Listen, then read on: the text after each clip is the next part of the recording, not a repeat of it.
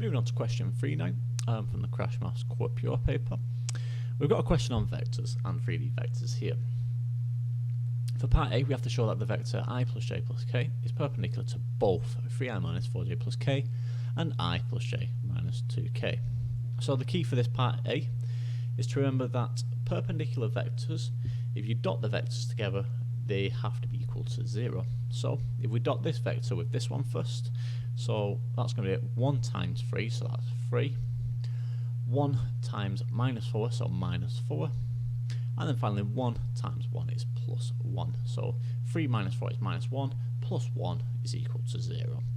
So that one, so I plus j plus k is definitely perpendicular with this. Let's check if it's perpendicular with this as well. So 1 times 1 is 1. 1 times 1 again is plus 1, and then hopefully the next one is minus 2. So 1 times minus 2, yeah, perfect. Minus 2, so 2 minus 2 is 0. Perfect. So we're off to a good start. That's part A done already. And then part B, we're given this line here and told that the plane pi contains it.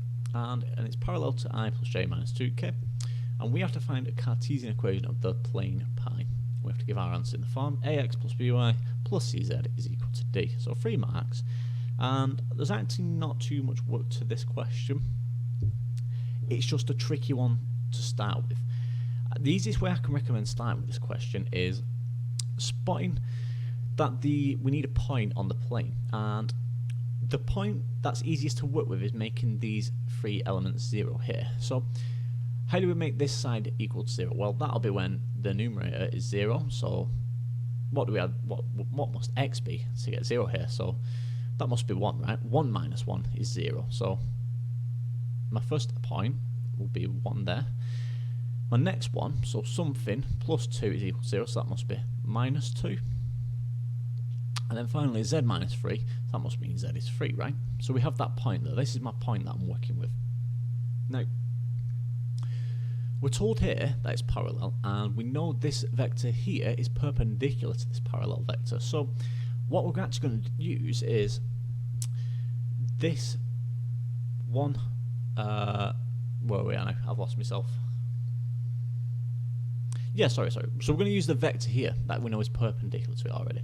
So we're going to do 1 lot of 1, and then we're going to do plus 1 lot again of minus 2, plus 1 lot again of 3. And what this does, this gives us our d value here at the end. This is what we're working out now. The ax plus by plus cz is easy. That's what we're working with here. That's I plus j plus k. Or in this case, it's going to be x plus y plus z. But we need that d value, so this is going to be what we get from this. So it's going to be 1 minus 2 plus 3, which is clearly going to be 2. So finally now, we know the Cartesian equation of this plane. The equation of the plane now is going to be x plus y plus z. And that's going to be equal to 2. So I hope that's okay. I don't feel like I might have explained that in the best way. If there's anything that's unclear, please just do leave a comment below, guys. I will try to get back to you as soon as I can.